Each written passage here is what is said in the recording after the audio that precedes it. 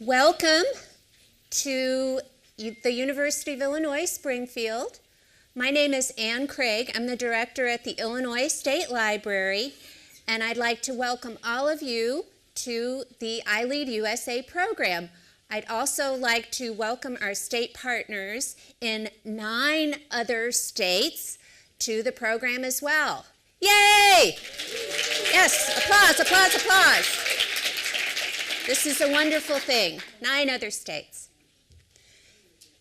So David, first slide. I wanted to begin today by giving you a little bit of an overview about the program itself. ILEAD USA is a grant from IMLS, the Institute of Museum and Library Services, a Laura Bush 21st Century Librarian grant, and we've actually had 4 grants for ILEAD USA. This, 2015, you are the 5th cohort. So we are, do we need to turn? Okay. All right, great. Is that better? Yes. All right. And you can hear me? Yes. Okay, great. This is actually our 5th cohort.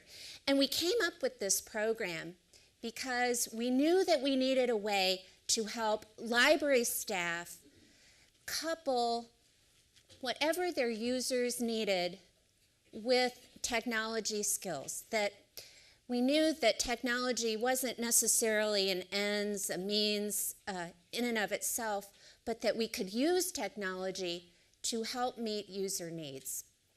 So we also partnered that with leadership skills. We call this a sustained immersion program, which sounds a little bit like torture, which you may think from time to time, but it's not. It means that you're here in one way or another, in person, or you'll meet virtually for the next 9 months. It's all about finding new ways to do what we do best. In 2013, we had 4 partners, Iowa, Colorado, Ohio, and Utah. And now we have 9 partners for a total of 10 state library agencies. Ongoing rigorous evaluation is key to this whole program, and that is provided by the UIS, the Center for State Policy and Leadership. They've been doing our evaluation the whole time, ever since the beginning, our very first cohort. So we have some really good data at this point, and you'll be glad to know the program does get better every year.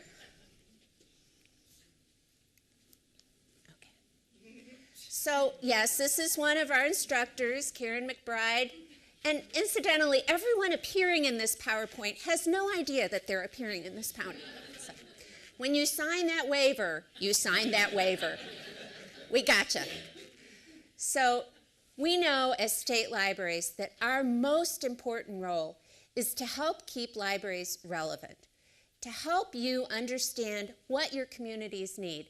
And again, we're using leadership tools, we're using technology tools to really get you where you need to be. There'll be 3 in-person sessions. Yes, Alice, Andrew, not sure who else is there. Nanette, I see. We're using 3 in-person sessions, and there are 3 deliverables. The first, for this session, is your video. And you may be thinking, why do I need to do a video? I know how to do videos, or I may not want to do a video. This exercise is designed not only as a team building experience, but also for you to begin to articulate what the purpose of your project is. For you to get that elevator speech up and going. In June, that poster session will do much of the same. It'll help you say what it is you're trying to do. And then in October, we have the big reveal, and we ask you to do a Seed and Grow video, which will help other libraries. If they want to do your project, in that Seed and Grow video, you're telling them how you did, what you did, obstacles, challenges, successes, the whole bit. But you're not doing that till October. So I want to play you a little video from our very first cohort. This is a group of women. If you can, yeah, great. Yep. This is a group of women law librarians from Chicago. And it's 2 minutes, very short.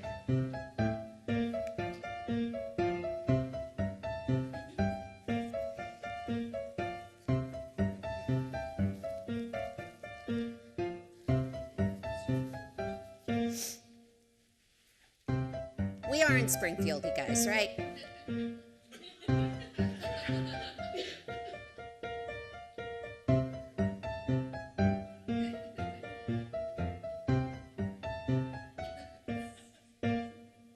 So they came to ILEAD U wanting to build tools that help their users, again, connecting with the needs in their community, helping their users use the material that they have in their libraries. They ended up building a couple of different web tools.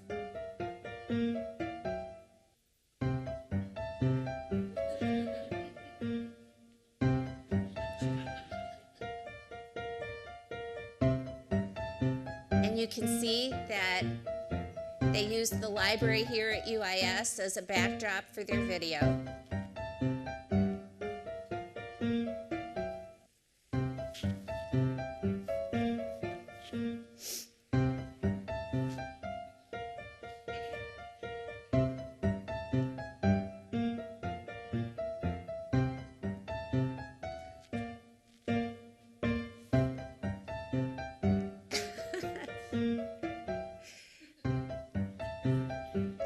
So at the end of the video,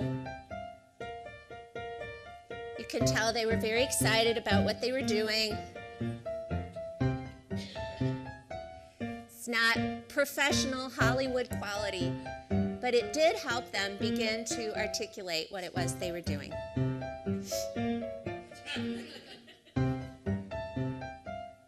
The mentor, Pat Bowes.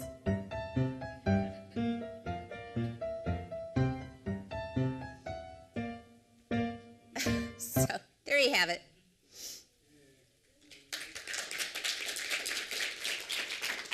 Okay. So you will have time in between the 3 in-person sessions. We call these intersessions. And during the intersessions, you should communicate with your mentors and the state library agency and tell them what it is you need to learn. Also, don't forget to keep in touch with your community reps. They're supposed to be a mirror of your project. They're supposed to be your sounding board. They should help you define what it is you're doing. So who all is involved? There are a lot of people in this room. There are a lot of people at the other state libraries. Well, we have teams, and on each team there's a mentor. Ooh, I might be able to use this cool little, ooh, look at that. Okay. There's a mentor, and then up to 5 team members or I-leaders. We also have our instructor corps, community user representatives, the state library grant team, putting out fire there, and then in Illinois' case, our host facility, the University of Illinois, is also providing services. We have this year Delaware, Illinois, Maine, North Dakota, New York, Ohio, Pennsylvania, South Carolina, Utah, and Wisconsin. Yay!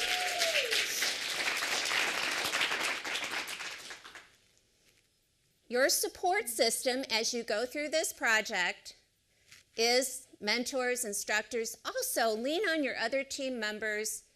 Lean on your state library grant administration team.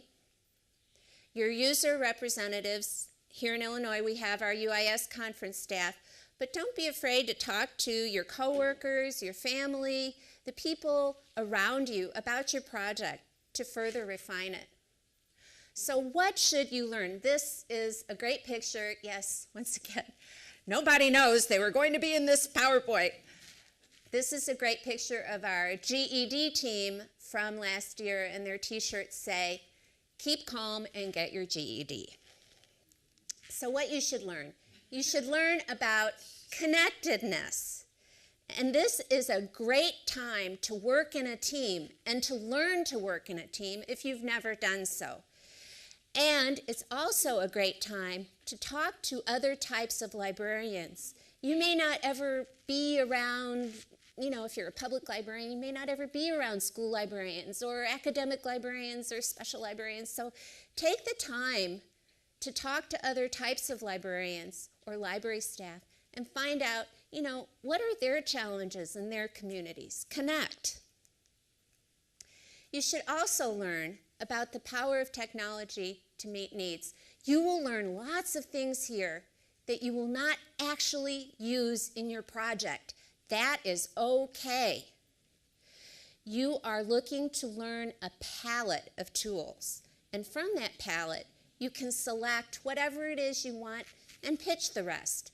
What's important is that you experiment, that you play, that you learn, that you remain open to doing things a different way.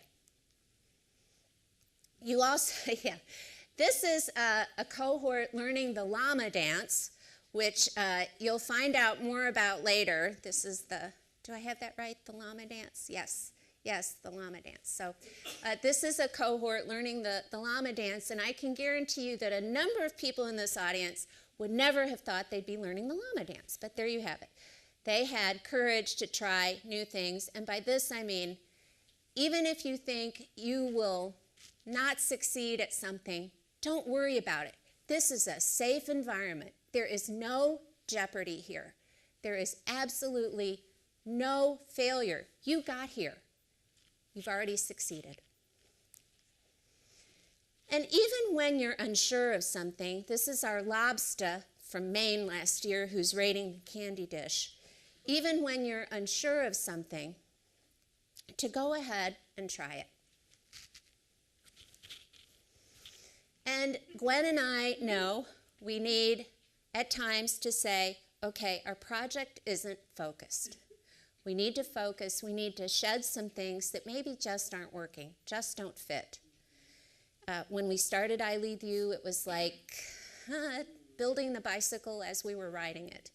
So don't be afraid to say, this really isn't working. Just get rid of it. Success is guaranteed. You will have lots of personal growth. You will have lots of team growth. I guarantee it. You also need to remember that no project lasts indefinitely. In a way, this is not about the project, okay? That's just the thing you're using to learn, to build, to grow. What you're here for is the journey, the experience. Think of yourselves as being in a sandbox and being able to experiment and play with things that maybe you wouldn't ever be able to do in other contexts.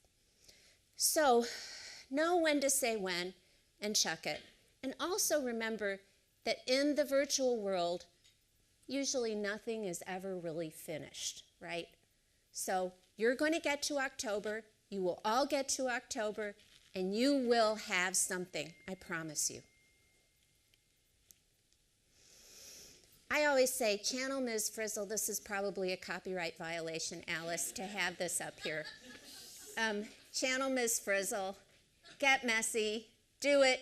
Do you all know who Ms. Frizzle is? Okay, all right. I love Ms. Frizzle. Don't be afraid, okay? Just dive in, just do things. It's okay.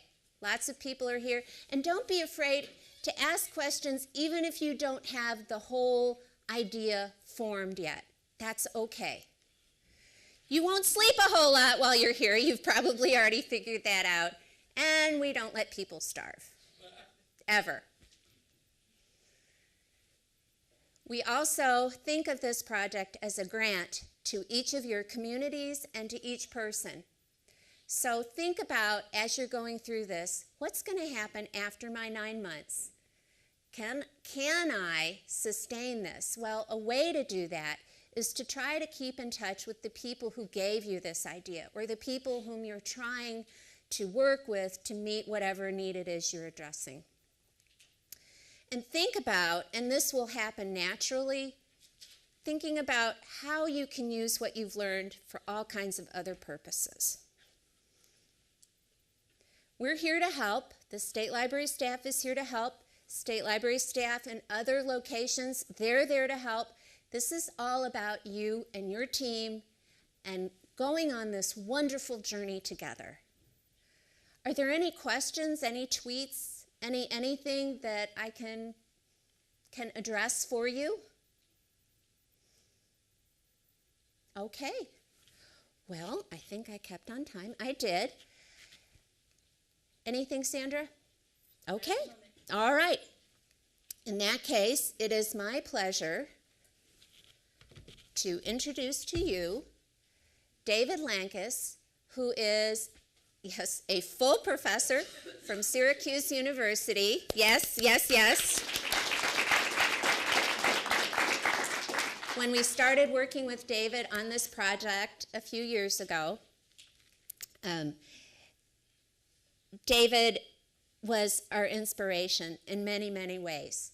He and I had met at an IMLS meeting, and we talked about how can we give libraries an opportunity, give library staff, not libraries, library staff an opportunity to learn and grow.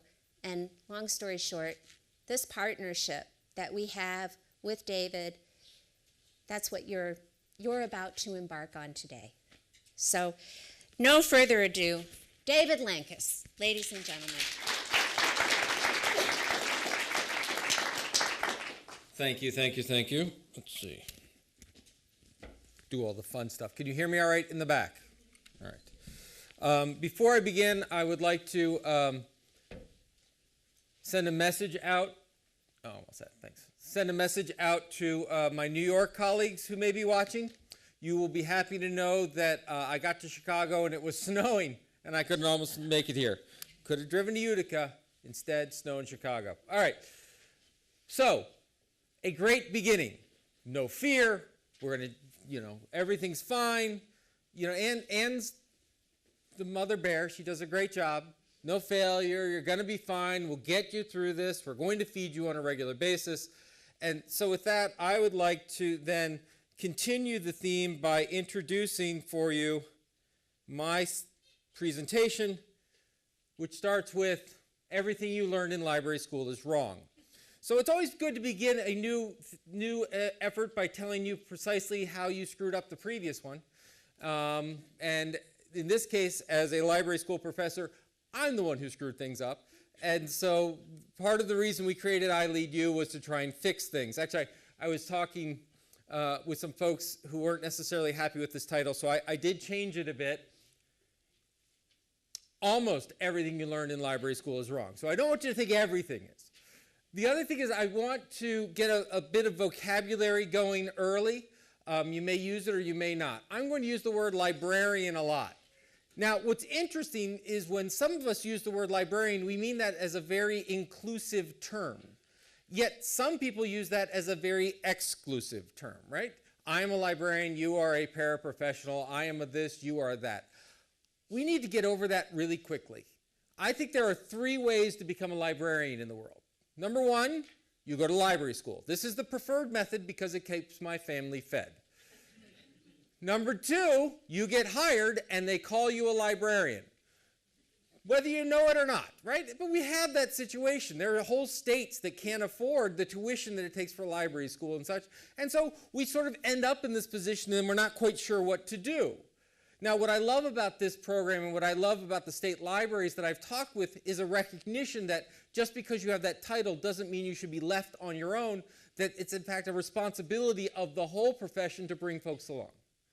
Number 3, which is a very exclusive group, are people who were born librarians, right? These are, and I don't just mean people who organize the books on the nightstands. I mean, there's a spirit of service. There's an interesting, everyone has this reaction. For example, I did when I went into the doctoral program, and I was interested in multimedia and technology and all this fun stuff. And suddenly I started interacting with librarians, and I was like, oh, my people. Right? Oh, they have values. Oh, they care about things. Oh, they love technology, but they love service, and it's a group, and you find this kindred spirit. So I'm going to use the word librarians a lot, and what I mean by that are those here physically, but also in streaming, and those who may be watching the recording. I mean that as a wide net. So if you are someone who's in the middle of library school, if you are someone who got library school through the front desk, if you are whatever it is, library staff, we are the people who are looking at caring and feeding for this profession. So, in that, why are we taking you back to this idea that, well, that's great, but it's all wrong? What happened is the world has changed.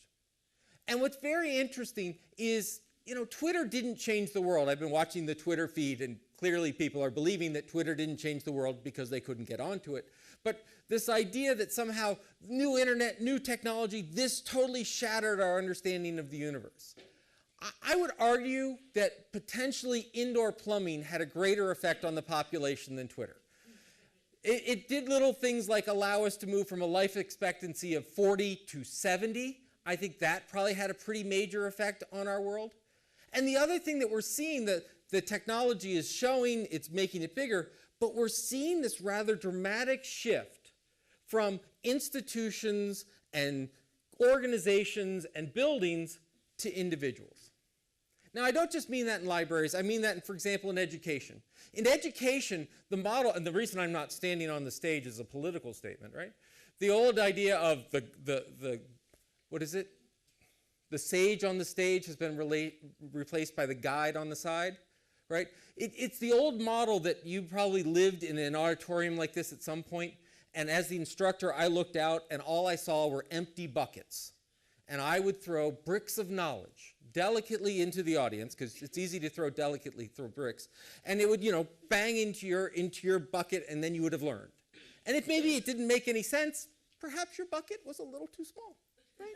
Because it certainly couldn't have been my fault, because I know what I'm talking about. So therefore, right, I don't know about you, freshman year, first day of classes, excited, right? Because I'm now a freshman in college, and I'm away from my parents, and I'm pretty sure I'm going to be drunk any minute now.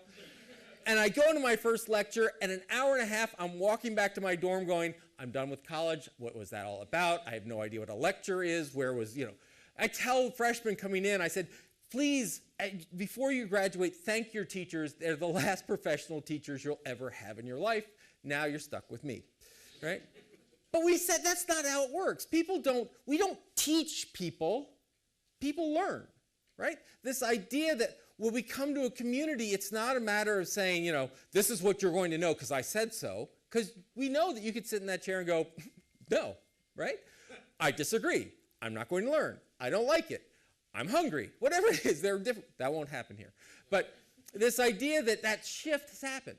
Remember in the good old days when a government report meant authoritative and not bait for Jon Stewart and Fox News? Right? This whole notion of who says it's credible. If it's on TV, it must be true. If it's on the internet, it must be true. Right now, we make those determinations. We're seeing this all over the place. In healthcare and medicine, it's not a matter of going to the doctor and waiting for the pill. Now it's about, God help us, staying healthy and monitoring our health and monitoring how we're doing, and we become part of it. This shift away from them, whatever the global them is, to us being in charge of it. How many people have either a smartwatch or you've got the Fitbit, you've got some sort of fitness band that measures what you're walking, right? You'll love this. I was talking to a medical manufacturer about 10 years ago, and they love you. He said, because the growing market isn't sick people, thank goodness. The growing market is the worried well.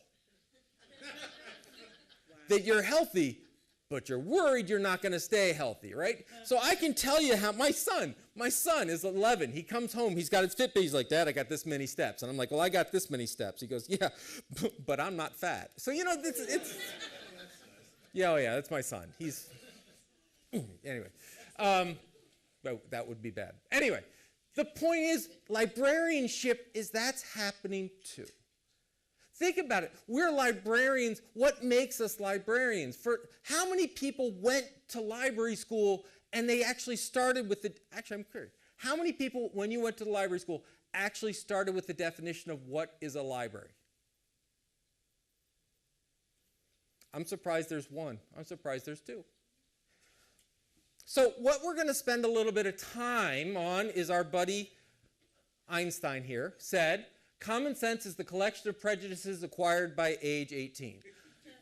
Right? Great quote.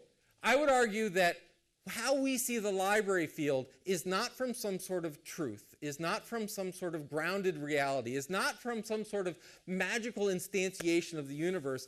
It's because we sort of learned it that way.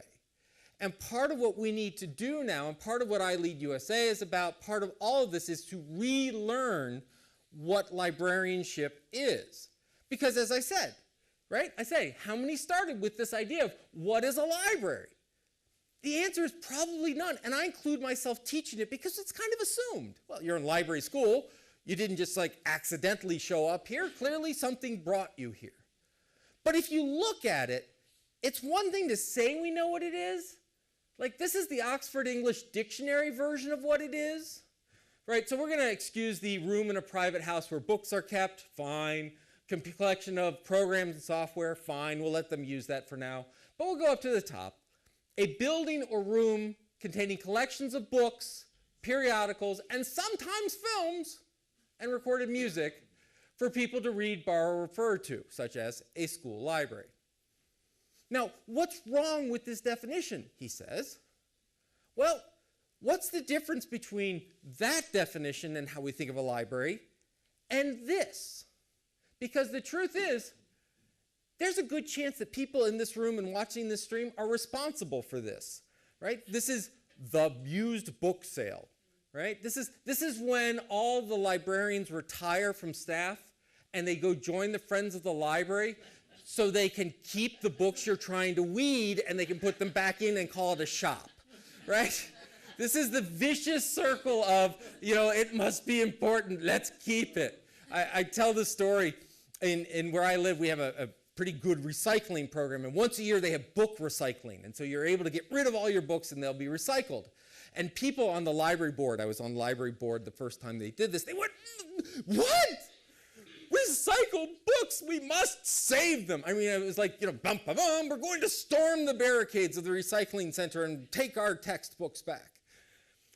And the librarian said, no, we don't have time. The board said, we got to do this. The librarians were like, really? No, we don't have time.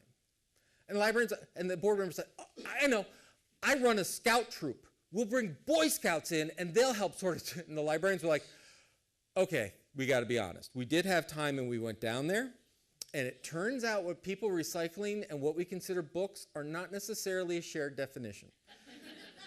There are plenty of people using this as an opportunity to get rid of Hustler because it's all online now, and librarians standing shoulder to shoulder with Boy Scouts sorting through this wasn't exactly their idea of a healthy and constructive conversation. So this idea doesn't fit, right? We don't want to be this because the idea that this is a library quickly turns into this is a library, and you look at this picture and go, oh, phew, a person who really loves materials and books and saved them.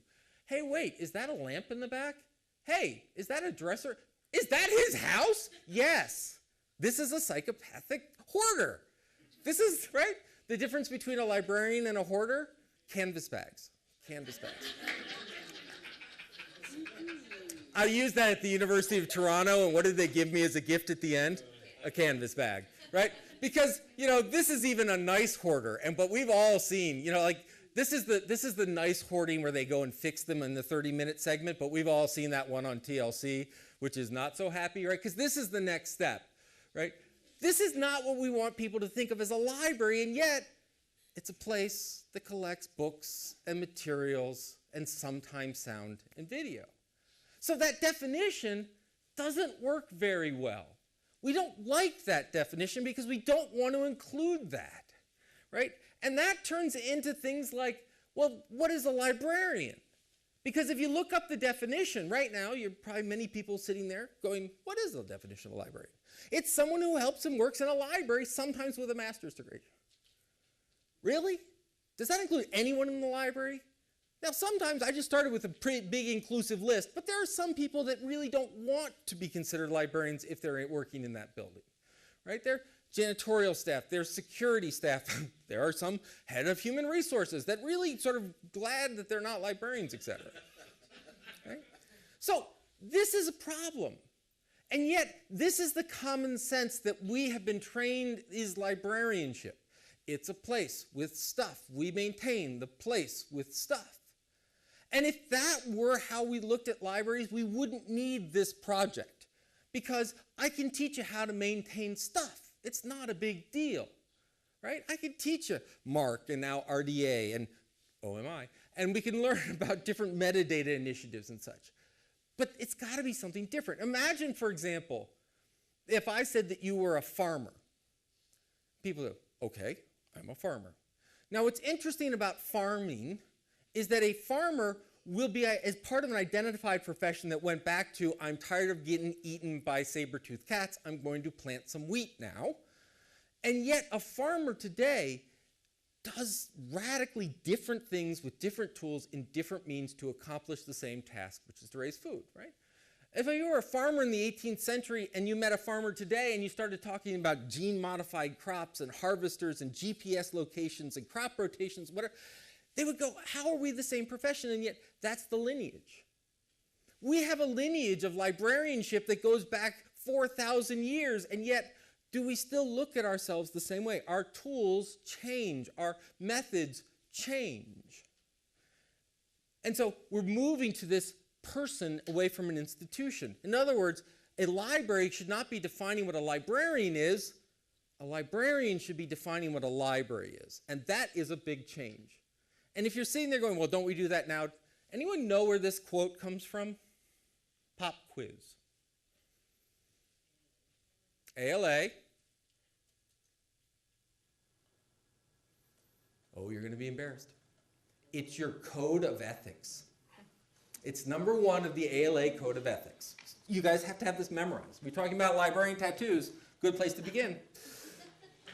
But read it for a minute. We provide the highest level of service to all library users through appropriate and usefully organized resources, equitable service policies, equitable access, and accurate, unbiased, and courteous response to all requests.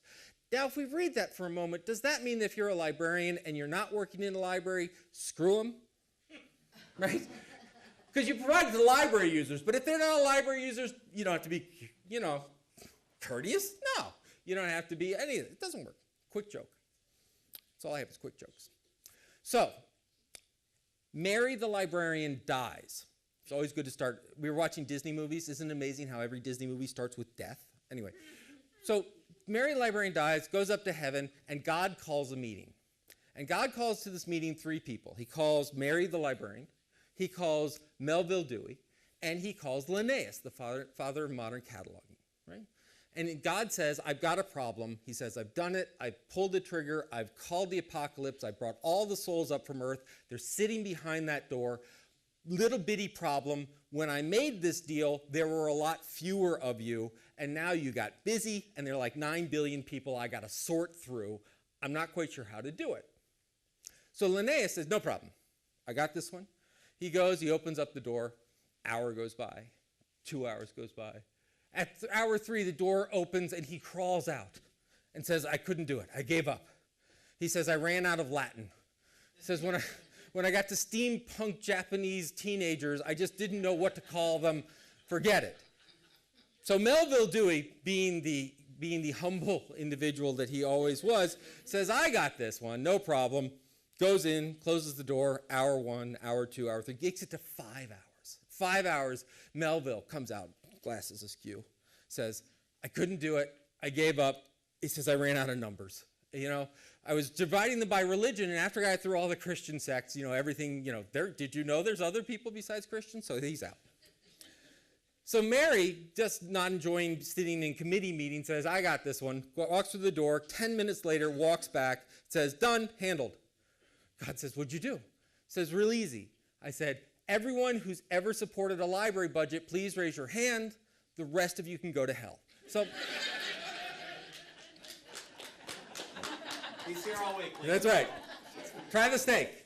All right. So the idea here is, we look at the building and somehow we gain some professional identity by mortar. Sometimes we've taken this whole idea that librarianship comes from the place we work.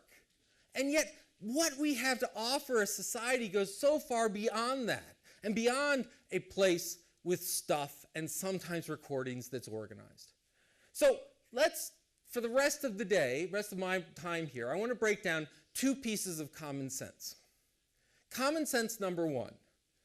That is that libraries are good and necessary things. And 2, libraries collect, organize, and provide access to information. Now, if you saw these statements, you would probably go, sure.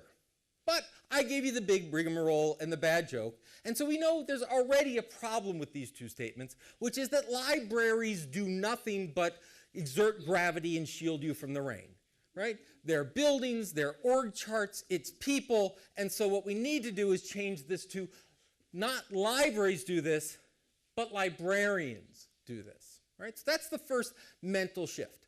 And I say that, you go, fine, big deal.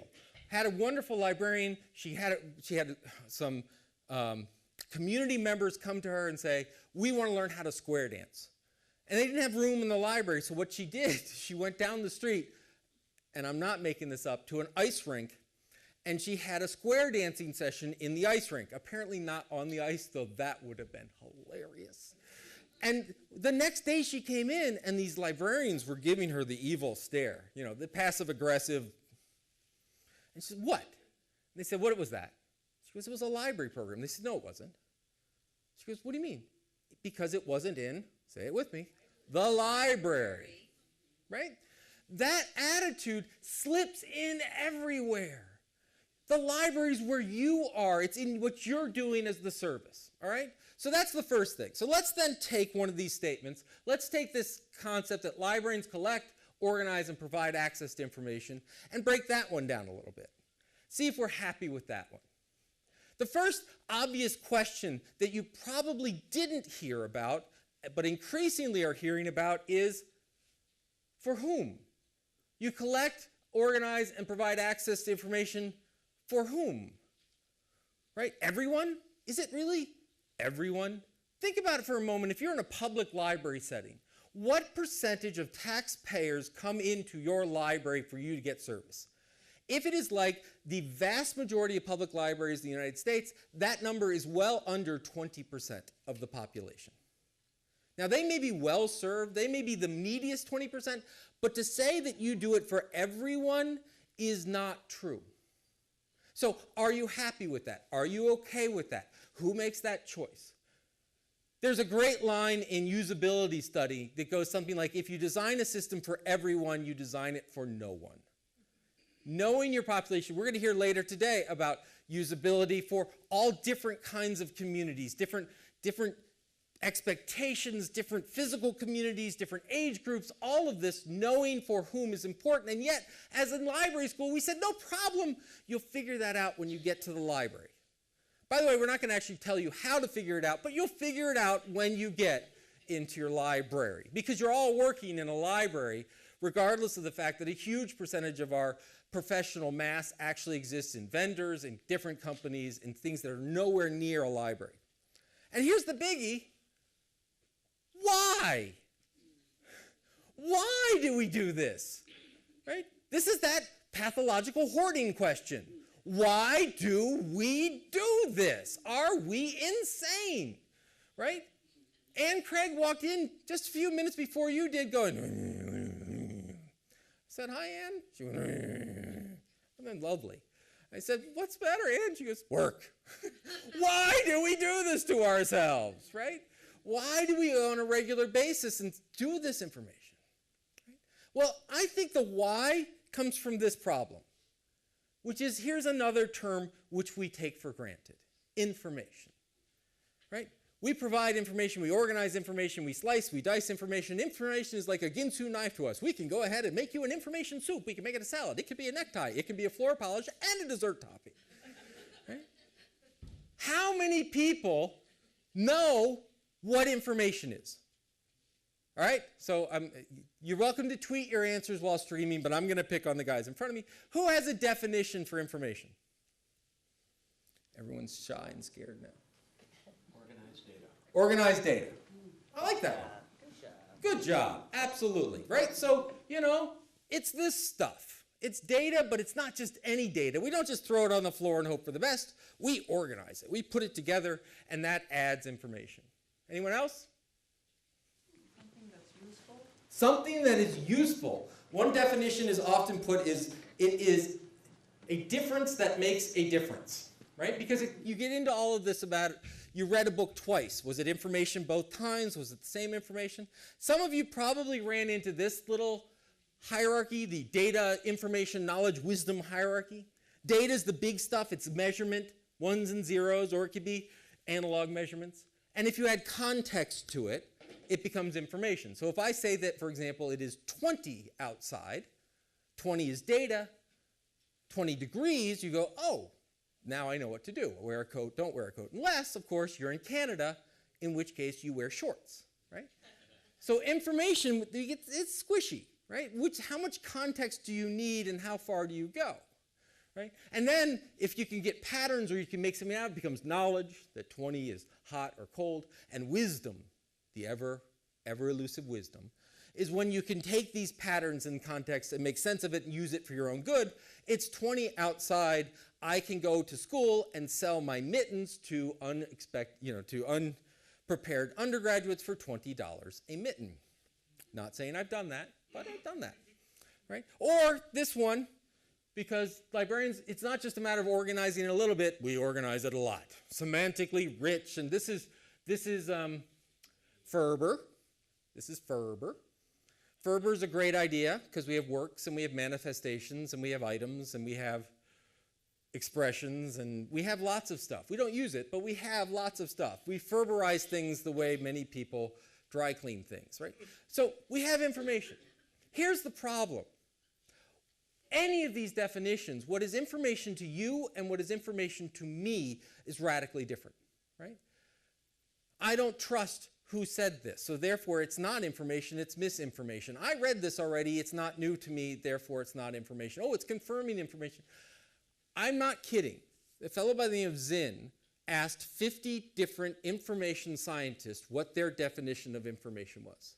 He received 50 different definitions of what is information. I asked 5 of my faculty, I got 10 answers back, my favorite of which is, I don't know, I don't care, right? It doesn't make any sense. This information thing, it exists, it doesn't, but we use it. Sometimes we use it like it's a thing. Here, let me hand you information. Sometimes we use it as a process. This will inform you. Sometimes we use it as knowledge. I am informed. But I don't like this word. I like this word, knowledge. Some people say, oh, great, Dave, that's not much. Oh, that's clear. Yeah, absolutely. But knowledge is the things that we act upon. It's the things that we believe that tell us when you put on a coat, when you don't. Is it a good thing to go to Springfield? Isn't it? Is this going to work? Isn't it? Do I depend on my car? It's the things that we see the world as. And we can test it. We can say, given this, what do you do? And see a response and all this other stuff. So knowledge is a much more useful term. And I like the idea of calling myself a knowledge worker as opposed to an information worker, even though I still don't know what I do. But there's a couple of things to know about knowledge. First, it is a uniquely human aspect, meaning you can't write it down. The books on your shelves are not knowledge. The minute you write it down and hand it to someone, you've created an artifact. You've created a brief shadow of the true knowledge, some representation. And it's not guaranteed to transfer, because if it were guaranteed to transfer, we'd be back in the bucket business, right? I wrote a book, read the book, that's the truth, move on. I wish people would do that. Unfortunately, they like picking on me and disagreeing, and it's no fun. So first of all, if we're in the knowledge business, if librarians collect and organize and provide access to knowledge, that means we're providing something beyond stuff. We're providing access to other humans. Sometimes they're surrogates, sometimes books and materials, but sometimes other people, other experts. And how do we gain knowledge? We gain knowledge through an internal dialogue, a conversation.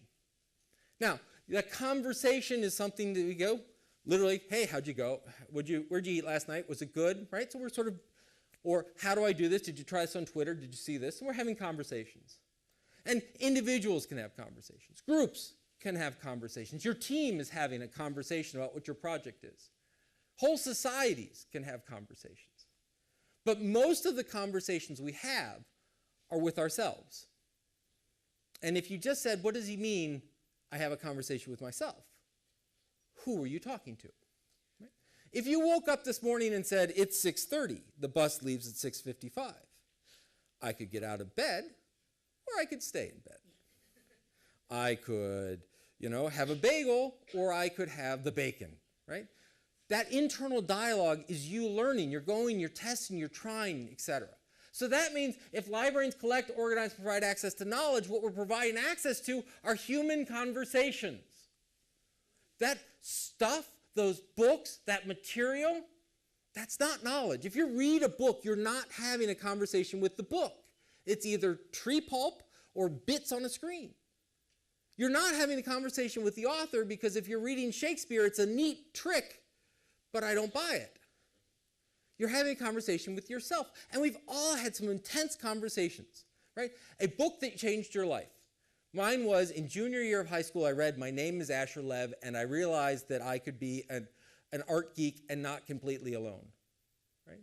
Now, I said that to someone else, and she came up to me after a conference, me too. Oh, I love My Name is Asher Lev. I'm, as an Orthodox Jew in Brooklyn growing up, and she had a totally different experience with that book because they had different internal dialogues.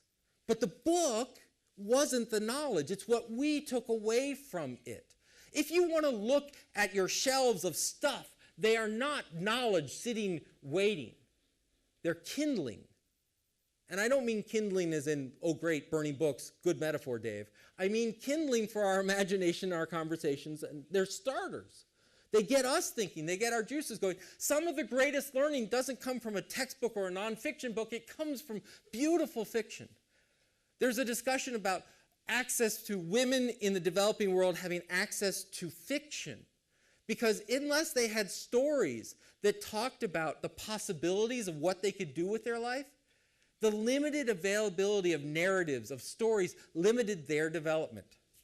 You want to keep someone at home and quiet and not bothering you? Don't let them read. Right? How do you limit political action? Don't let them get at the information. Don't let them hear stories. Don't let them see what happened elsewhere. So this idea that we do stuff is wrong. And the other thing that we need to know about knowledge is that it is relational. That means that each of us carry a unique set of relations. Some of us look at ILEAD U after the end of this process and will see it as a wonderful experience. Some of us will see it as a wonderfully fattening experience. Some of us will see it as a cold experience. Some of us will see it as hard work. All of these things. And that's true for you. I'll give you a quick example. I'm going to give you a word, and I want you to think about what that word means. Ready? Light. L-I-G-H-T. Light. All right. Show of hands, how many people thought not heavy? How many people thought illumination? How many people thought to set a fire? Thank God, right? But why'd you laugh? You laugh because that's how all jokes work. You see the connection, but it's an unexpected one, right? Second one, formula. Formula. How many people think mathematical equation? How many people think chemical combination? How many people think what you give to a baby to keep it from starving to death? Grandmother, aunt, right? That idea is those relationships are radically different. I did this within a class once. We don't have time, but I said, all right, give me 2 words. And one said, Kentucky Fried Chicken. All right, Kentucky Fried Chicken. I said, give me another one. They said, Margaret Thatcher. Margaret Thatcher. I said, well, Eli's coming, right? Yeah. Shit. I said, how do you link these two? And I said, all right. KFC, Colonel Sanders, Colonel, military title, Margaret Thatcher, head of government, ran the military, boom. And someone said, I got one for you. I said, okay. Said, turns out Margaret Thatcher, before she was a politician, was a chemist, and she worked in food chemistry, and she helped develop soft ice cream. So next time you have a nice Dairy Queen cone, you can thank Margaret Thatcher. And so Margaret Thatcher, soft ice cream, fattening, quick fast food, Kentucky Fried Chicken. Those are all interesting, valid connections, right? Now, when you are collecting, organizing, and providing access to uniquely human knowledge where we have all these different connections, what do? You take the name of a guy who's been dead for 100 years who was an anti-Semitic misogynist and you organize them by decimal numbers. Is this really how we get to people's human knowledge? Don't believe me? Go into the Dewey Religion section and see where you can find things, right?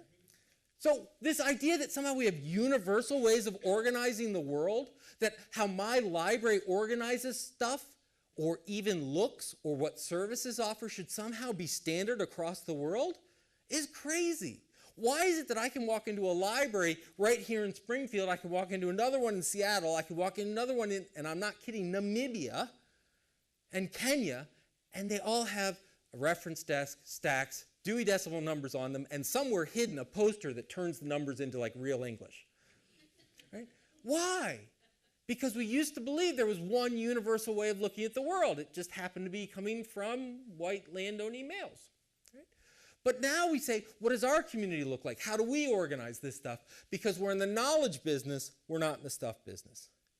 So ultimately, librarians collect and organize and provide access to conversations and their relations to objects and other conversations.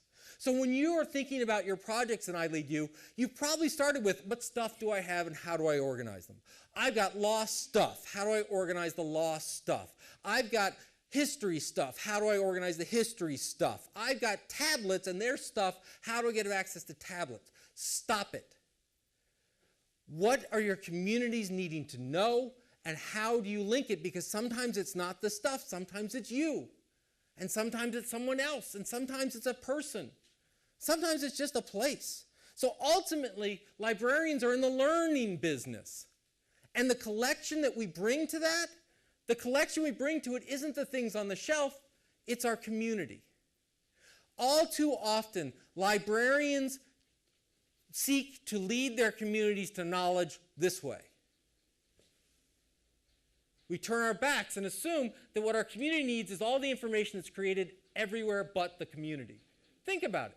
If I were going to travel to a location, if I'm going to travel to Austin, Texas, and I go to the Austin, Texas library, how much am I, as someone who lives in Syracuse, New York, going to learn about Austin from the Austin Library? How much of their own information, their own knowledge, their own community, their own unique culture is embodied and captured and transmitted and disseminated at the Austin Library, and how much is it about everywhere but Austin? Well, they don't need our stuff. They're in Austin. They don't need it.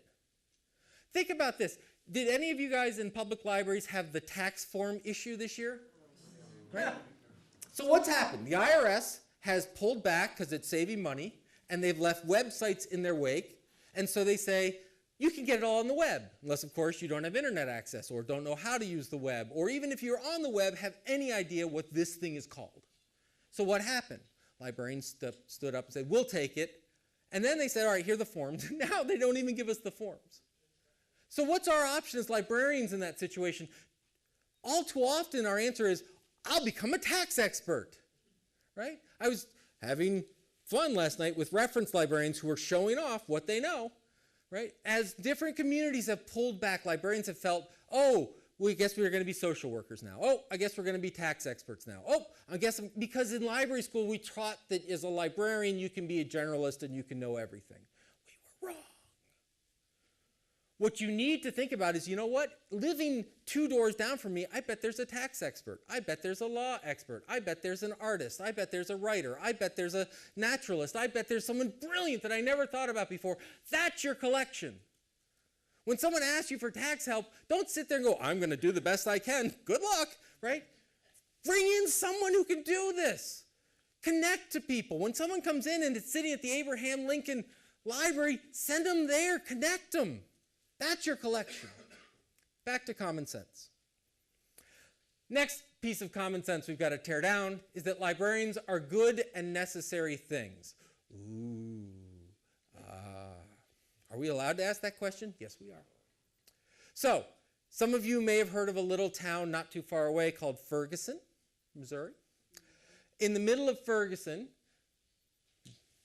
race riots was fun, peaceful protests, black kids, white cops, horrible things happened. And in the middle of that, the Ferguson Public Library put out a little sign that said, Ferguson, stay strong, we're all family. And they changed the narrative from protests and violence and militarized police forces and all of this, they changed it into, this is a community in crisis. Because suddenly, as they opened the schools and as people began using the library, in Syracuse, New York, I said, you know, this isn't that different than Syracuse. It no longer became that two-dimensional thing happening down the street. It could happen here and it could happen there, and they changed the narrative. And in the midst of tweeting and blogging this out, someone sent me this tweet. Of course, because a library always makes a difference. A library always makes the difference. Now, that's a great sentiment. That's a nice little balm for us feeling happy and kind about ourselves. But it's wrong. It's wrong for a couple of reasons. First of all, the one we've already gone through. A library doesn't do anything. A librarian always makes a difference. But that's not right either. Because librarians are people. And as people, we have this little wacky thing called free will. So it's not that we always make a difference. We have to choose to make a difference. When Ferguson closed their schools and they closed all their civil institutions, you're trying to tell me that Scott couldn't have gone on the phone to the mayor and going, maybe today, no story time. Maybe today we won't open. But he didn't. He chose to open those doors. He chose to do this. Librarians don't just make a difference. They have to choose to make a difference. If you look at yourself and say, I'm going to wait, that anyone has a problem, they can come ask me. No one has ever changed the world by waiting to be asked. If you don't leave your building, if you don't leave that 12% of population you serve, if you don't see yourself doing something higher than simply organizing a room full of stuff, you will not make a difference. Well, you will. You'll drain tax assets that could go to things like sewers and police. Right? We say it's important for public investment, for universities. Universities, where the model of academic publishing is literally bankrupting our universities. It is going to bankrupt Harvard. Harvard has an endowment bigger than most countries, and they're talking about how their library will bankrupt their operations because inflation of costs go over and over. You're making a difference. I'm just not sure it's the one you want to make. Right? So we have to choose to make a difference, which means it's not about the building, it's not about the organization, it's not about the library, because they don't choose. We choose. If you have a website and you looked at the website of your library and said, our website sucks, I've got bad news for you. Your website sucks because you're part of that organization. You may not win that battle, but did you even have that battle? Did you have a conversation about policy? Did you have a conversation about what's going? Did you have a conversation about accessibility? Did you have a conversation about bringing a community in every so often to look at this thing? Right? So we have to choose to make a difference, and we do that. The reason we choose to do that is because of our mission. The mission of librarians, not of libraries, not of organizations, not of things on paper, not of buildings, not of mortar, but of you, is to improve society. Feel free to stop it right there. How do we do it? Because there are lots of people who want to improve society. Some do it through protection, some do it through commerce, some do it through aesthetics, some do it through writing, all different ways of doing it. We choose to do it by facilitating knowledge creation in our communities, not hoarding materials that may, but by going out and figuring out, are we making our communities more knowledgeable? So it is about people, not institutions. And we know that this knowledge creation process is created through conversation. Do you host conversations? When people walk into your library, how many of you have a sign that says, put these away? This is a school, put them away. This is our big conversation right now. If you're 14 years old and you have one of these and you walk in to learn, our school district is currently saying, take the thing which frankly is more valuable to you in your mind than the textbook in your back, and put it away. And you say, oh, they're 14, they're supposed to be learning, they're going to be distracted. How many of you, if you forgot your cell phone at home, walk around all day doing this? Anyone get the phantom vibrations? It's a real thing, right? Let's face it, the difference between a heroin addict and someone who forgot their phone is that we don't lose weight when we fidget and look uncomfortable, right? So do you do it in your library? Oh, shh. Now be clear. I want to be really, really, really, really, really, really clear. Do not walk out of this saying, Dave hates books, And Dave thinks that the quiet space in libraries is a bad idea. That's not what I'm saying. What I'm saying is, what does your community need? I can't give you an answer for every library. You must have a quiet space. Yeah, but have you seen this crazy group? They're loud, and they do a lot of stuff when they're loud. We need that. Oh, Dave hates books. I write books. I like books. I particularly like when people buy books. I like books. But I don't for a minute think that just by writing a book, I've somehow created knowledge in the world. It's my tool to do so. So we create knowledge by facilitating conversations, and some of those are really, really, really hard conversations. Some of those are conversations that people don't feel safe having anywhere else but a library. About race, about gender, about power, about opportunity and inequity. There's a great thing called a human library where people check out lawyers and they check out professors and teachers. In Europe, they have something that they call the prejudice library where you can check out a prejudice. How many Muslims do you have in your close friend group? None? Maybe you should talk to someone. And we can do it in a safe and civil and civic environment. We can have conversations here that we can't elsewhere. There is no more town square except the library. And I include, by the way, academic libraries. And I include school libraries. Where can someone who's being beaten to death by knowing a certain physics strand and common core, where can they go to just learn about ants? Because by God, they love ants. They can go to the school library. Many of us, we fled to the school library when we were there because it was a place that we could control the conversation. We could investigate and look where we want. How do we create that in an academic environment, in a legal environment, all these different environments? And we facilitate. What does that mean? Well, sometimes it's access. We give you access to the place, to the stuff, to the tools. But here's the important thing. Access, like conversations, two ways. When someone comes to your library and says, not, I want to read about this, but I want to tell people about this, what do we say? Think about it just for a minute. I wrote a book. You could write a book.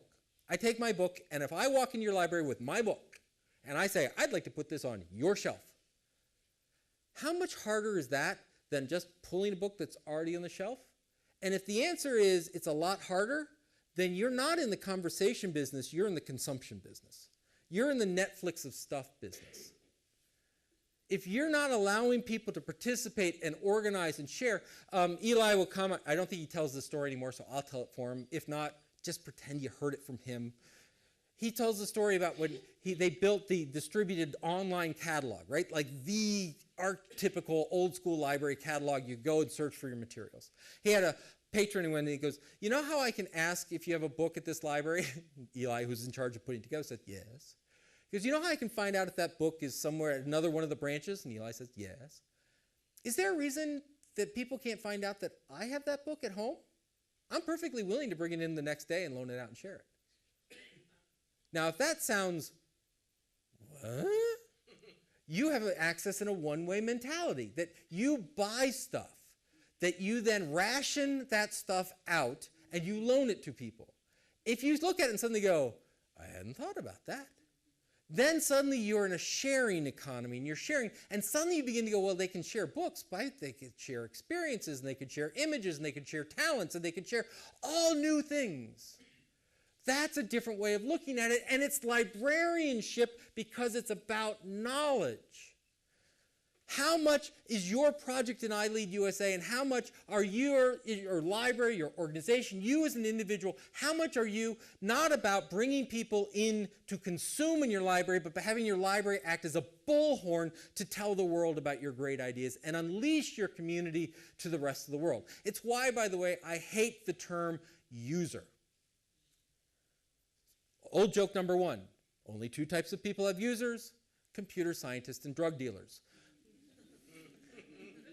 Number two, it may be really nice to call someone a user, but are you willing to stand up and proudly announce that you have just been used? The user came in and they used me good.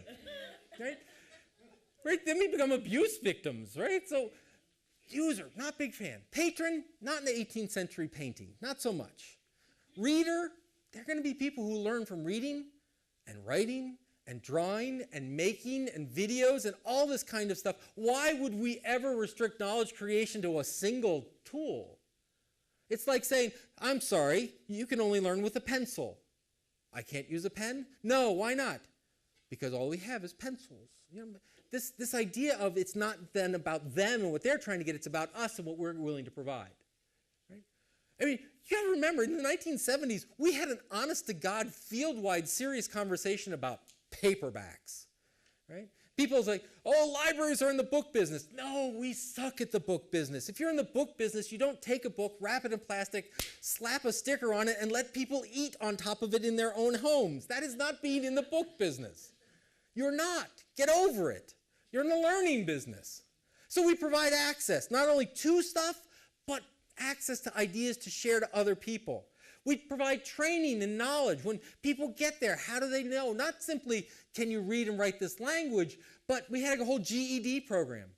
One of the teams in ILEAD USA said people come in and they need to learn. To get a job, they need this basic form of education. They begin to provide it. Right? This idea of an environment, a safe environment, safe intellectually.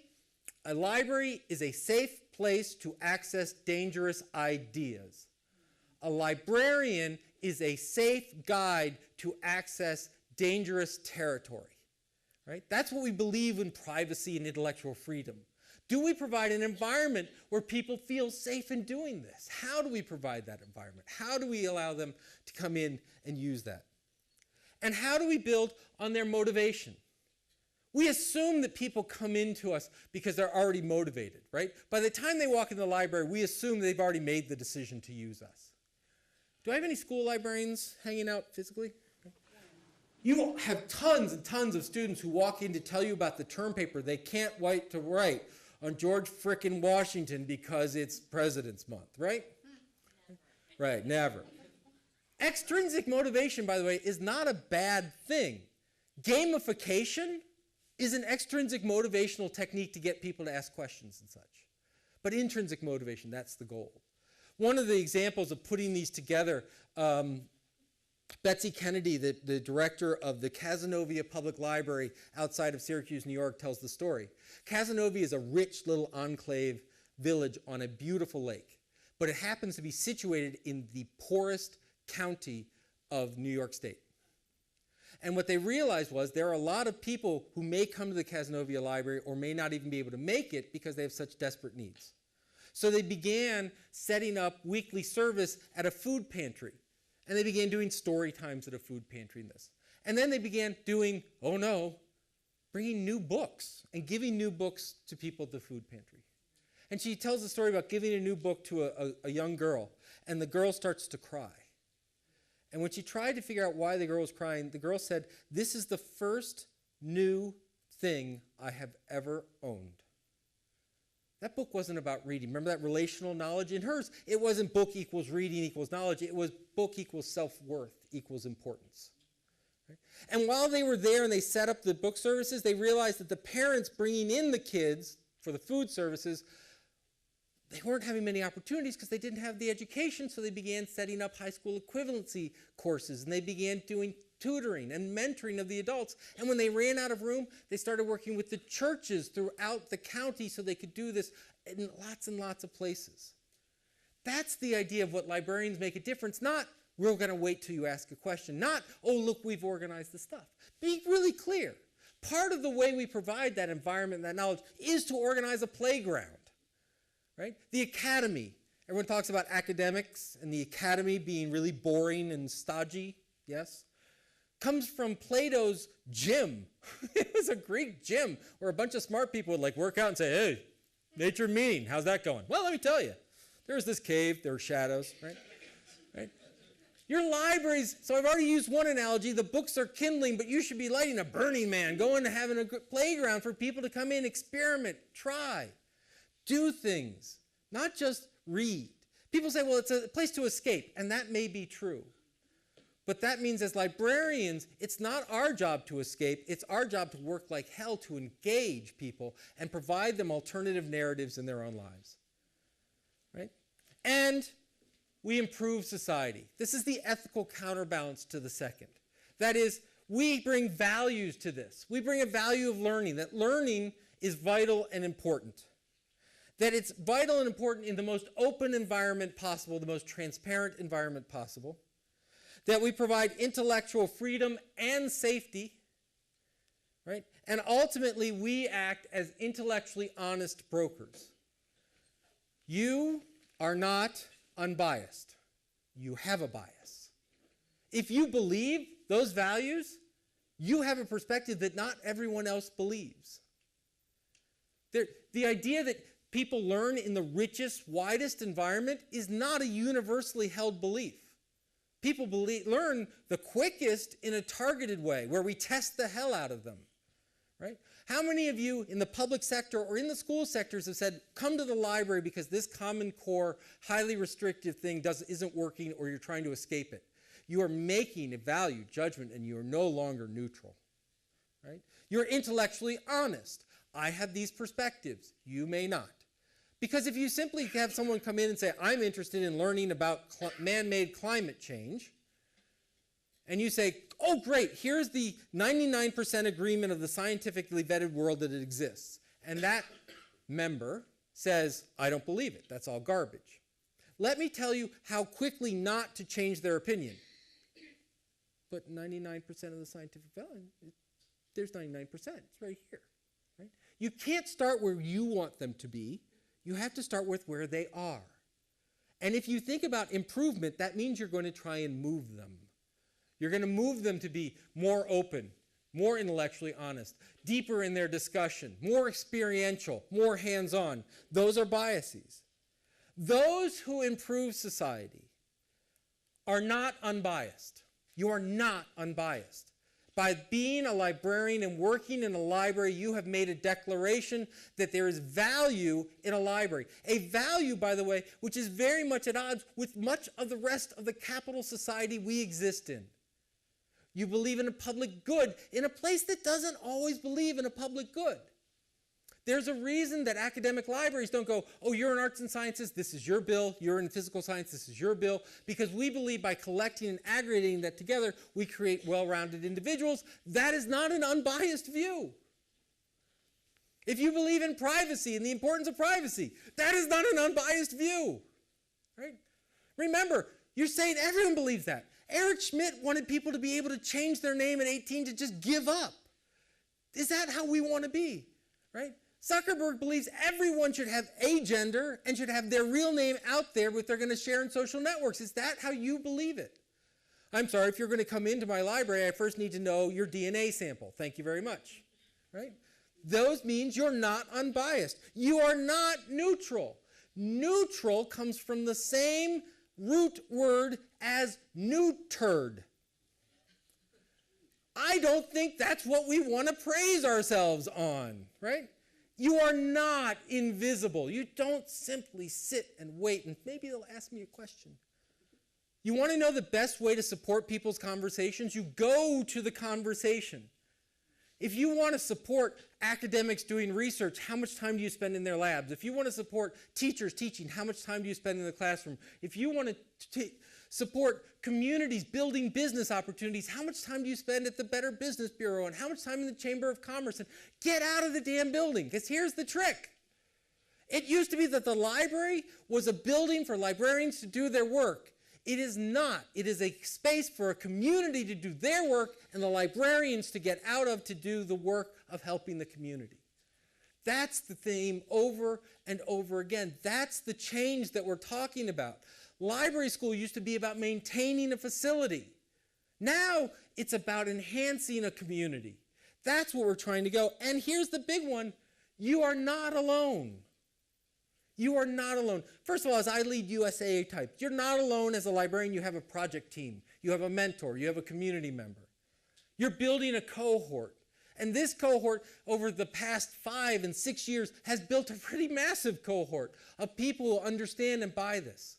When I used to give this message, I would get well, there is information in my job, and I am by. This is not a new message anymore. I mean, I love getting up here and pretending like I'm saying something radical when everyone sits there and goes, yeah, so? That's a difference. That's a big change to look at your community and look beyond your books. And if you say, Dave, we do that now, then take a look at your budget and see how much of your budget is devoted to the stuff and how much of your budget is devoted to the people and the community and the services. You've made a choice. You are not unbiased. You are not neutral. You're not alone because teachers are making this transition. Doctors are making this transition. Lawyers are making this transition. Our whole communities are making this transition. We believe in makers now. Not makers as they did 3D printing. Everyone makes something, whether it's making an idea, making a 3D print, making a movie, making a video. We are rejecting the concept that we are merely consumers stuck in walled gardens. And as librarians, we bring our values and our efforts to show and demonstrate that. We provide the power to do that. And that means that you must change.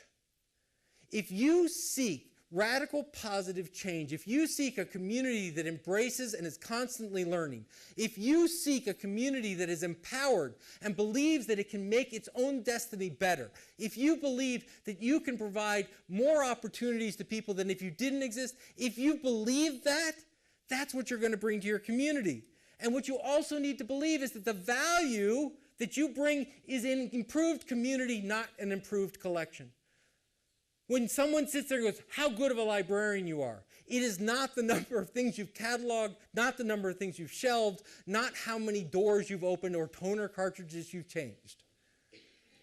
It's in the lives that you've changed. It's in the abilities, in bringing new things. These projects in ILEAD U, where we talked about people, one group looked at unemployment and said, yes, there's a massive unemployment problem. We need to provide employment issues. But they didn't stop there. They said, when we went and talked and looked into that community, we found out this is a major life change for them.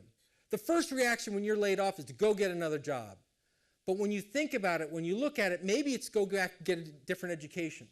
Maybe it's for your spouse to go get a better job so you can stay home with the kids, which you've always wanted to do. Maybe this is an opportunity to go in a totally different direction. This is a life change. And as librarians, bringing that realization changed lives. The former state librarian of Maine tells that during one of the economic downturns in the 90s, every day she would have gentlemen show up in business suits to come to the library. Every day they would come in and they would read the paper. They'd look at the job options. They'd work on their resumes. Now, the standard reaction is, oh, we have a patron. We'll wait for them to ask a question. How to do a resume? Here's a book. Or we'll have a class on it. But what she realized is why they were coming, that they were dressed in suits meant something. What it meant was they were looking not simply for a job, but they were also looking for validation along the way. So you took a staff room, cleared it out, put a coffee pot in it, and put a plaque across the door going, businessman meeting room. And they began meeting there. And years later, they came and said, yes, I found that job, but I found that job because I found hope, because you respected me as a person. That's what we're talking about, knowing your community, not surveying the hell out of them. That's one mechanism. Not talking to just the ones who walk into your building. That's another way, but a smaller way. And not, for God's sake, not asking them, what can the library do for you? They don't know, and it's not about you. And don't just ask them what their problems are. How many people have friends that their entire life is coming and going, you know, that outfit sucks. You know, I don't know if you're right. The minute, you get a little tired of being told what's wrong with you all the time, so you don't make friends that way. How many times have you said, we need a reading program because kids don't read enough? How many times have you said, we need greater literacy in this effort? Oh, we need remedial skills on this, where you have focused on what's wrong with the community? How many times have you gone to the community and said, what do you dream about? What are your aspirations? What is the narrative you want for this community? That's the Ferguson story. The Ferguson Public Library changed the narrative from protests and militarized police into a community in crisis, and race was everywhere. That was a valuable discussion. What's your community conversation? What's your narrative? Who's part of that? How do they do the aspirations? And you don't improve the world by simply building a collection. And if you're going to improve the world, don't just sit there and document it. Be part of it. Make the change. If you expect your community to be lifelong learners, be lifelong learners. If you expect them to be makers, make. If you expect them to take issues of power and culture and disability and handicap, take all of that as important, then you better demonstrate it on your website and your daily operations and how you work services. Show your values. Don't simply sit back, feel that you're unbiased, above a fray, and hope the community gets better because you're there with a collection of stuff. It doesn't work that way. What you learned in library school, if it was about maintaining a place and maintaining books and maintaining stuff, if you learned that your value came solely because you had a title or because you had the privilege of working in a building, then we have failed. What you need to learn as a librarian, librarian by degree, librarian by title, librarian by spirit, is that what makes you a professional librarian is your mission, the means of facilitating that happening, but ultimately your means of actively going forward and making a community a better thing, making a community better, tighter, and understanding where they want to be, in helping them realize their dreams and not constantly reminding them of their faults. Thank you very much. I appreciate your time.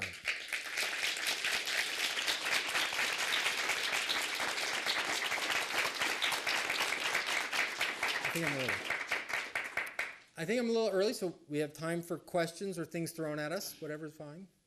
It's always good. Let them go on a rampage and then ask questions. Also, I don't know Twitter. Who's someone watching Twitter? All right. There's nothing yet. There's nothing yet. Everyone's asleep. Been blah, blah, blah, but there's no question yet. How has it been again, Sandy? Yes. Okay, you don't like user or patron and reader doesn't cover everything. Is there, when you do need to use a word, what word do you suggest? I use member as short for community member, being really clear that a community can be a university, a school, a township, an interest group, a law firm. They're part of a community, meaning they have a common variable. In other words, they all know they're part of something. And they have scarce resources they have to partition out. That's sort of, for me, what defines a community. Some people don't like member because they say it has exclusions. In other words, you're either in or you're out of the club. I use it because Joan Fry Williams wants to do some informal poll. She was in a meeting doing strategic planning. They said, what do we call them? She said, hold on. And she actually went out and asked a bunch of people in the library. They said, I'm a member. I got a card, right? And so I understand that. Ideally, what we call them amongst us is irrelevant. I mean, it's hard to get past patron. It really, it's hard to give up the word user. I get that. I hope that in Dallas Public Library, they called them neighbors, which I thought was delightful. In an academic setting, I think faculty and students still makes a lot of sense. So Dave is good when you begin to know them, right? And so what we call them amongst ourselves, you know, I advocate for one, but the truth is I don't care. What I ask you to do, though, is anytime you find the word user, put in the word member or participant. Participant's even, you know, it's too wordy, but try it. And does it still work? For example, when we write policies, most of the policies we write for physical locations are all about how to be a good neighbor. When we are allowed to throw you out of a library, right? You're disruptive, you're interrupting this scene, you destroy things. It's all about community stuff. What do our policies look like for our online usage? How not to steal things. Copyright this. You're a user, and it's about them being an individual. What about the community aspect of it? So, fair enough? There's lots of applause Thank from you. Utah and Ohio and Back. Pennsylvania and Maine. What does the applause look like, Sandy? I don't know. That's jazz hands. Back.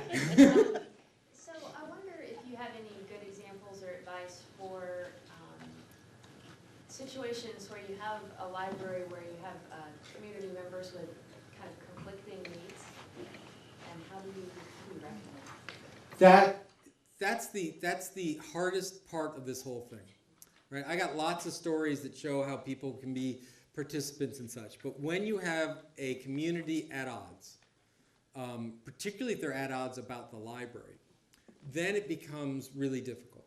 So first, I want to be really clear that when I say you're not unbiased, this isn't a call for librarians to take radical political ideologies, right? I'm not saying every librarian should be Republican or Democrat. That's not the point. That's the intellectual honest part, which is to say there are multiple views. We're going to represent the multiple views around it. The other part, though, that I find very important, in a public and school setting, it's really easy because we talk about them being civic spaces. And a lot of communities have defined how, by law, by policy, whatever, how you handle conflict. Through election, through different types of services, and policy becomes important.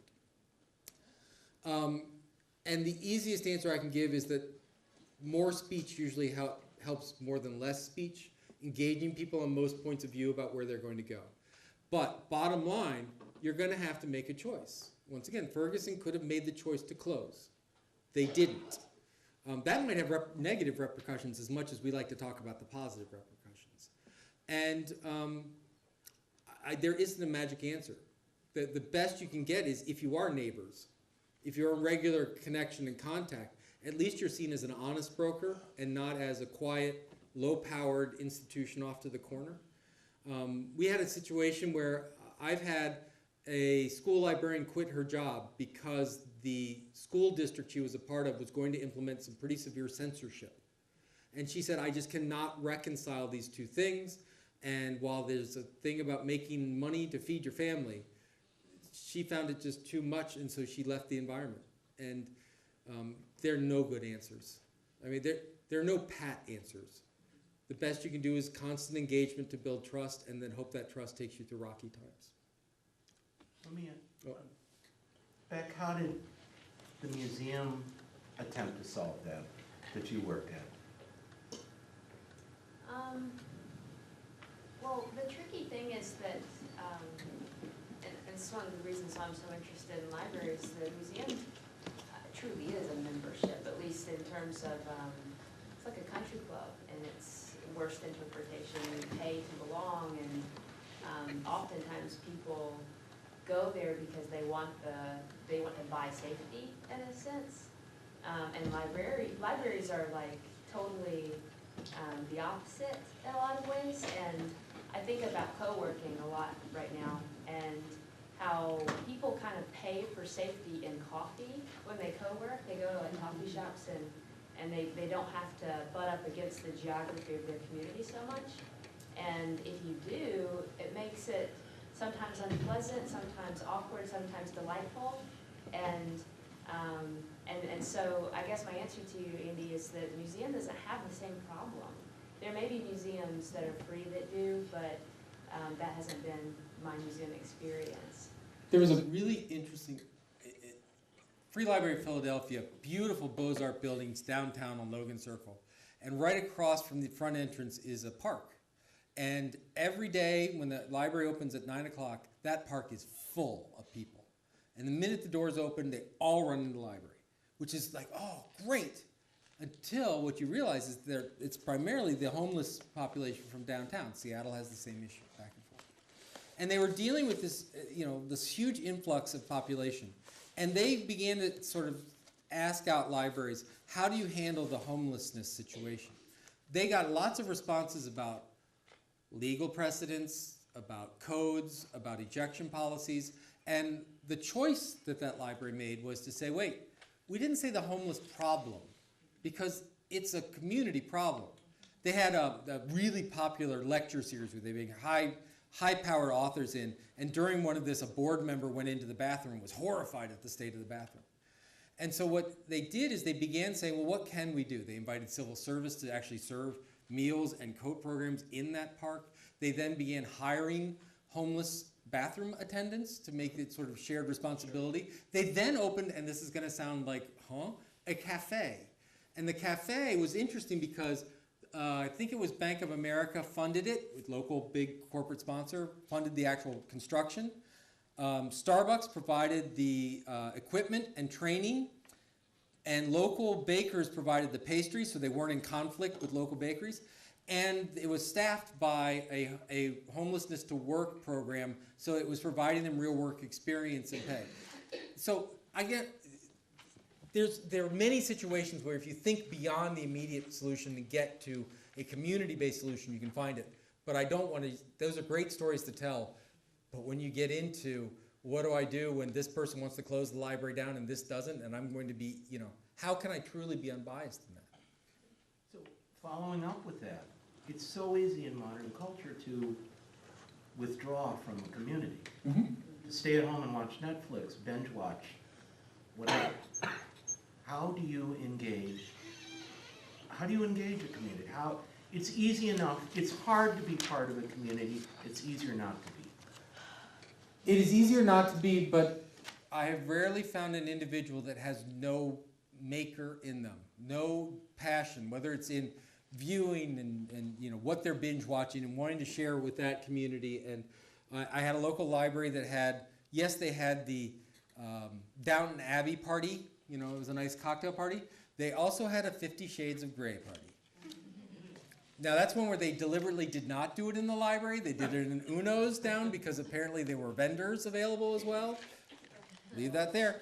But the library provided those. They then had a Doctor Who night. And what they found, for example, everyone in public libraries is familiar with the infamous bimodal distribution. We get them when they're young, and then they go to high school and college, and we get them when they have young, right? And they come back.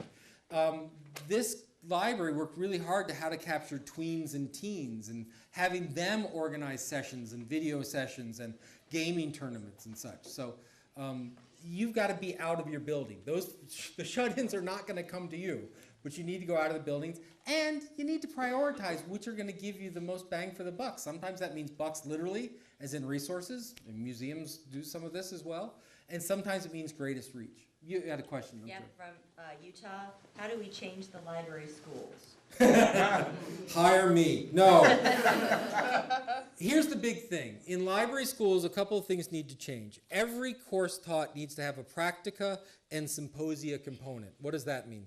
That means we can no longer sit and show you, mark, and say you're done. You actually need to catalog records. We can no longer walk you through all the genres that you're going to have in a reference desk and then never let you answer a real question. Right? You've got to have practice and theory put together in a real experience. The other thing is that schools need to become much more networks so that we're bringing constantly alumni back in to teach as well as sit in the classes and learn. And we need to network with our students on a regular basis. And we need to move from what I call a commencement model. That is, you know, you're 22. You got a degree in engineering. You're an engineer now. That takes you for 10 years with a bachelor's. All right, skills are out of date. Come back, we'll give you a master's. We'll recharge you for another 5. Come back, we'll give you a doctorate, and then et cetera. We need to look at this idea that instead of thinking about tuition as paying for a class, think of it as buying into this network so that when you're 58 and looking at reskilling, you don't have to pray that there's an Ann Craig to offer this continuing development. You go back to your library school and say, I'm ready for another class, and they don't say, well, $3,000. This idea of having this constant interconnection between the profession and the students. So that's a short version of it. Are there other ones? No, okay. Let's make this the last question, Dave. Okay. Well, just on that question, Yeah. in many fields, say professional engineers, they must do 10 hours a year in order to maintain their credibility. Yes. What about doing that for libraries? So shout out to all my New York colleagues, because New York has public library certification. And they've now moved to, it'll come over Twitter if I get it wrong, but I believe it's 5 years and 60 hours of continuing education to get recertified, which is fantastic. The problem is, as a field, we do not do a great job of saying recertified and what. How many people before you came here today had a conversation with your supervisor about what skills and competencies you were going to build and acquire and transfer back to your staff? How many people have gone to a conference? One. Excellent. How many people, when you go to a conference, choose it by cool name, it's my buddy presenting, or it's not against something else? Right? And yet we say that's professional development, but we don't have a nice linkage to say, does that improve your transformative social engagement? Does that inform your asset management skills? Does that form your learning instructional skills? You know, our libraries, and if they're not our libraries, ourselves or the institutions we work in, we need to have a sense of what are the competencies that it needs to be a librarian, constantly refreshing and constantly mapping our experiences back to that. And once again, can library schools help in that? Yes, if we broke out of $30,000 2 years at the beginning of your career model and looked at us as part of the profession and not simply the hurdle to get into the profession. So, All right, back to you, sir. Full Professor R. David Lankes.